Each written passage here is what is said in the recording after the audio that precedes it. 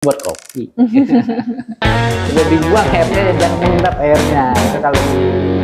Halo Sobat Temania, kembali lagi bersama saya Nuryanti dan juga Pak Indra. Kalau saya sudah sama Pak Indra, pastinya kita akan membahas tentang alat-alat di laboratorium. Nah, kali ini alat yang akan kita bahas itu adalah salah satu alat yang sering digunakan oleh teman-teman mikrobiologi, yaitu adalah autoclave. Nah, autoclave ini apa sih Pak? Boleh nggak Pak dijelasin? Oh, boleh lah. Ini bahasa di laboratorium ada enclosure. Satu ruangan yang tertutup. Enclosure itu bisa autoclave, bisa inkubator, bisa refrigerator, itu bahasa di laboratorium. Nah, kita masuk fungsi dari autoclave untuk sterilisasi suatu alat, suatu yang akan digunakan untuk tes laboratorium, untuk sterilisasi. Nah, yang kedua ada juga yang bisa dipakai yang lain. Nah, tipe-tipe autoclave banyak sekali. Oh, banyak Pak. Ada yang menggunakan dandang kayak kita merebus. Masak di presto Iya, ya Pak ya? presto, ada yang menggunakan vakum, hidrogen, ada yang menggunakan bahan low pressure, ada yang high pressure. Nah, kita membahas sekarang nih, kita membahas yang high pressure saja. Oh iya. Water pressure. Karena metode pemeliharaan dan perbaikannya beda. Beda-beda Pak ya. Saat kita menggunakan autoclave gitu Pak ya. Nah, itu masalah apa aja sih Pak yang biasanya sering kita temuin gitu? Nah, pertama adalah karena kita sekarang bicara autoclave yang high pressure. Nah, high pressure kita ada kita bagi tiga macam. Ada yang high pressure kayak dandang tadi, steam. Ada yang menggunakan high pressure yang vakum. Iya. Ya, kayak pertama yang pasti karena dia mensterilkan menggunakan steam atau sterilisasi itu menggunakan uap. Iya. Yang perlu diperhatikan adalah keselamatan Anda. Kenapa? Pada saat Anda itu sistemnya adalah pemanasan air aqueous, dipanaskan oleh elemen. Setelah dipanaskan itu akan menghasilkan uap. Iya. Uap itu akan menekan. Nah, itulah 212 derajat Celcius atau tekanan berapa besi gitu. Jadi itu akan menyebabkan tekanan tinggi dan suhu yang sangat tinggi. Akan tetapi itu yang perlu diperhatikan adalah pertama adalah kalau kita yang bicara yang dandang itu adalah jangan sampai ada kebocoran seal-sealnya di pinggirannya. Selanjutnya pada saat kita bicara yang sekarang itu sebenarnya tren yang dandang itu sudah ditinggalkan karena no safety. Oh, itu udah lama Pak ya? Tidak aman sekali. Yang perlu sekarang adalah polanya seperti dandang tapi sudah ada kontrol-kontrolnya, ada aturannya, ada caranya, ada prosedur sterilisasi dan sebagainya. Merek-merek tertentu ada. Yang mudah dipakai. Yang perlu diperhatikan adalah pertama pada saat Anda pengoperasian itu Anda masuk aqueous, jangan air lain. Aqueous dulu, masuk ke elemen ke dalam. Nah, setelah dimasukkan jangan di bawah elemen, di atasnya. Minimal 2/3 tertutup elemennya. Perhatikan menggunakan aqueous, elemennya tertutup. Selanjutnya adalah tutup dengan rapat. Nah, setelah itu rapat baru kalau ada yang menggunakan lid, itu ada safety-nya lidnya. Nah, ada lidnya, kalau yang dandang itu tidak ada lidnya. Nah, lid baru lakukan pengoperasian. Nah, Anda perhatikan ruangannya juga tertentu, jangan didekatkan alat-alat seperti instrumen, misalnya spektrofotometer, timbangan dan sebagainya. Harus dipisahkan Pak ya? Harus dipisahkan karena dia membutuhkan daya yang sangat tinggi. Oke. Kalau untuk troubleshooting dari misal yang tadi kayak kalau yang dandang itu kan keselamatan kan maksudnya kayak rentang gitu Pak, kita kan harus yang mengeluarkan uapnya. Nah, itu kalau misalnya ternyata analis yang lupa nggak dikeluarin uapnya tuh gimana tuh? Nah, pertama adalah matikan kabelnya, cabut. Oh iya, karena pasti ada supaya sumber listriknya dulu Pak ya. Tunggu sampai dingin. Nah, kita bicara SOP pengoperasian.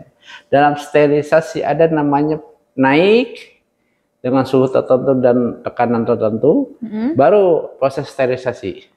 Dari proses bisa 30 menit, turun lagi dia hexos mengeluarkan uapnya. Itu prosesnya.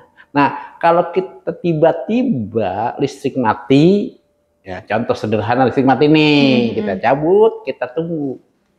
Jangan sampai cabut kita buka. itu tidak diperkenankan karena no safety.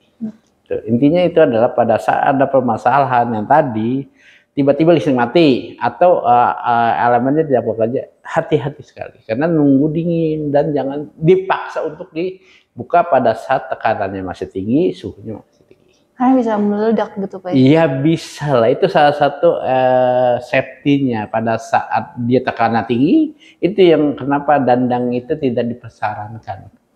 Apabila ada manometernya yang rusak, ya masalah.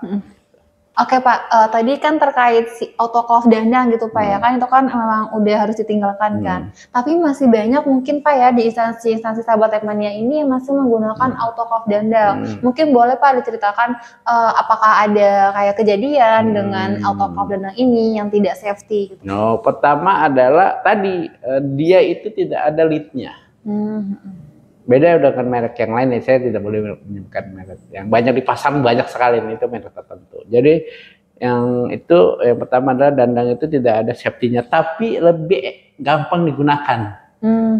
Ada tapi ya karena banyak dipakai tapi sering dipakai. Tapi kalau kita bicara, kita kalau saya pribadi adalah mengeluarkan safety. Iya betul, safety lebih utama Pak ya. Ya harga ya emang murah dibandingkan dengan produk yang lain. Tapi ya pada saat kita bicara mengutamakan keselamatan, yang perlu diperhatikan kalau masih ada, yang perlu diperhatikan penempatan. Ya kan, jangan lupa di sampingnya ada apa? Oh iya. Ya meledak itu bahan yang meledak. Yang kedua adalah perlu diperhatikan tadi air. Airnya jangan di bawah elemen. Elemen itu yang putar itu ya. Nah, airnya menggunakan aquades. Yang perlu diperhatikan lagi adalah pada saat lama pemakaian ada pengkapuran. Bahasanya pengkapuran itu bahasanya ada kapur-kapur di elemennya atau di dalamannya, di chambernya. Itu harus dibersihkan. Nah dibersihkannya, ya itu cabut dulu semua di gos. Ya kita bicara membersihkan ada SOP-nya, ada satu. Jadi kita bagaimana membersihkannya. Disikannya jangan sikat yang kasar, tapi sikat yang halus, pelan-pelan. Caranya prosedurnya ada prosedur tertentu dengan menggunakan cairan tertentu supaya pengkampuran itu hilang. Itu salah satu masalah pada saat lama dia suhunya naiknya lama. Karena naiknya lama akan menyebabkan tadi elemennya akan susah memancarkan panas. Oke, mungkin tadi tuh masih banyak yang pakai kan. Nah, kalau misalnya nanti ada kendala-kendala seperti yang tadi Bapak sebutkan, itu nanti bisa menjadi perhatian juga untuk Sahabat Tekmania Pak ya. Jadi informasi ini tuh bisa menambah insight baru juga untuk Sahabat Tekmania. Nah, ini kita sebagai pertanyaan terakhir Pak ya. Kalau misalnya dari autoclave ini, kita bisa tahu nggak Pak, autoclave itu masih bisa berfungsi dengan baik atau tidak? Pertama adalah perlu diperhatikan karena dia menggunakan lampu masuk. Oh, ada indikatornya. Indikator listrik masuk. Itu kita tahu kalau indikator listrik masuk pasti aliran masuk. Yang kedua adalah kalau menggunakan yang autoclave dandang itu kita perhatikan ada namanya galvanometer. Oh, yang kayak ya, kalau dia nggak masuk nggak naik ada masalah pasti. Tuh, ada masalah. Yang kedua masalah tadi listrik ya karena tidak ada indikatornya atau sudah ada indikatornya tapi panasnya nggak naik. Berarti ada dua masalahnya, atau ada pengkapuran di dalamnya atau elemennya tidak nyala. Terakhir adalah karena dia dandang, kita perhatikan penyangga atau yang buat penyangga tutupnya itu. Jadi itu juga bocor. Oh, bisa bocor Pak ya? Bocor. Shieldnya itu bisa bocor. Nah, yang perlu diperhatikan langkah pertama adalah kabelnya bagus, elemennya tidak putus, tidak ada kapul, shieldnya bagus. Itu aja kalau yang dandang ya. Terakhir dengan galvan saya kira sih jarang rusak sekali. Pressure itu dia naik sekali. Dan jangan lupa pengencangan yang galvan itu silang. Jangan muter ya. Iya. Ini dari kanan ke kiri begitu, nyilang. Muter gitu supaya kenceng. Nah, kalau dia muter salah itu.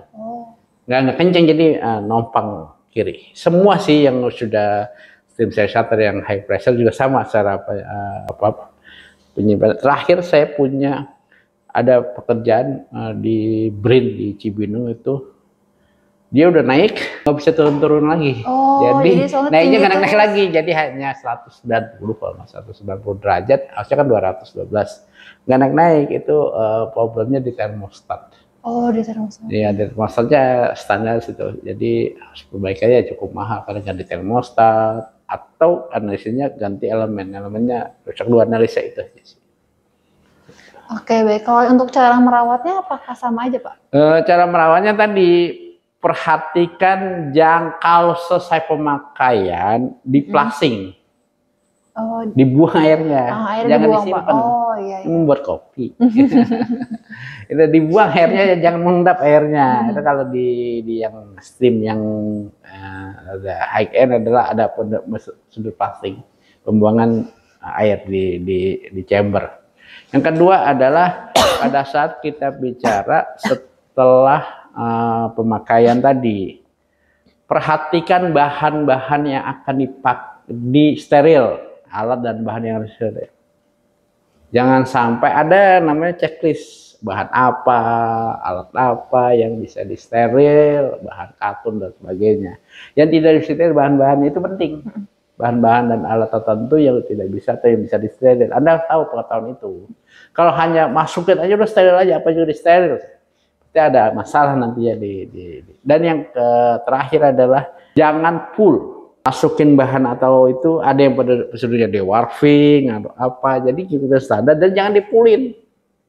Misalnya karena cepat nih kita masukin, sama aja kalau kita nyuci sekarang nyuci kiloan, ada batasnya. Masa baju masukin semua, ada batasnya. Sama juga di sterilisasi ada batasnya, jangan sampai dipul. Efektivitas sterilnya tidak bagus. Nah, terakhir adalah pada saat kita bicara benar nggak dia bisa steril, caranya tahu nggak Pak? Tahu. Nah, pertama adalah yang paling standar, kita menggunakan selotip kertas. Oh iya. Selotip kertas kita tempel. Nah, kalau dia menghitam, itu pasti udah lumayan steril. Atau ada namanya bahannya. Ada bahannya untuk yang udah steril nih. Itu bisa dibeli di Labmania. Karena kita juga selain training, kita juga menyediakan kebutuhan alat laboratorium ya Pak. Oke, baik sahabat Labmania, kita sudah di akhir obrolan kita. Selanjutnya kita akan ada alat laboratorium lagi Pak ya, yang akan dibahas. Saksikan terus obrolan saya bersama Pak Indra untuk alat-alat laboratorium yang akan menjadi insight baru juga untuk sahabat Labmania dari obrolan kita ini. Sampai jumpa di episode selanjutnya. Terima kasih. Terima kasih.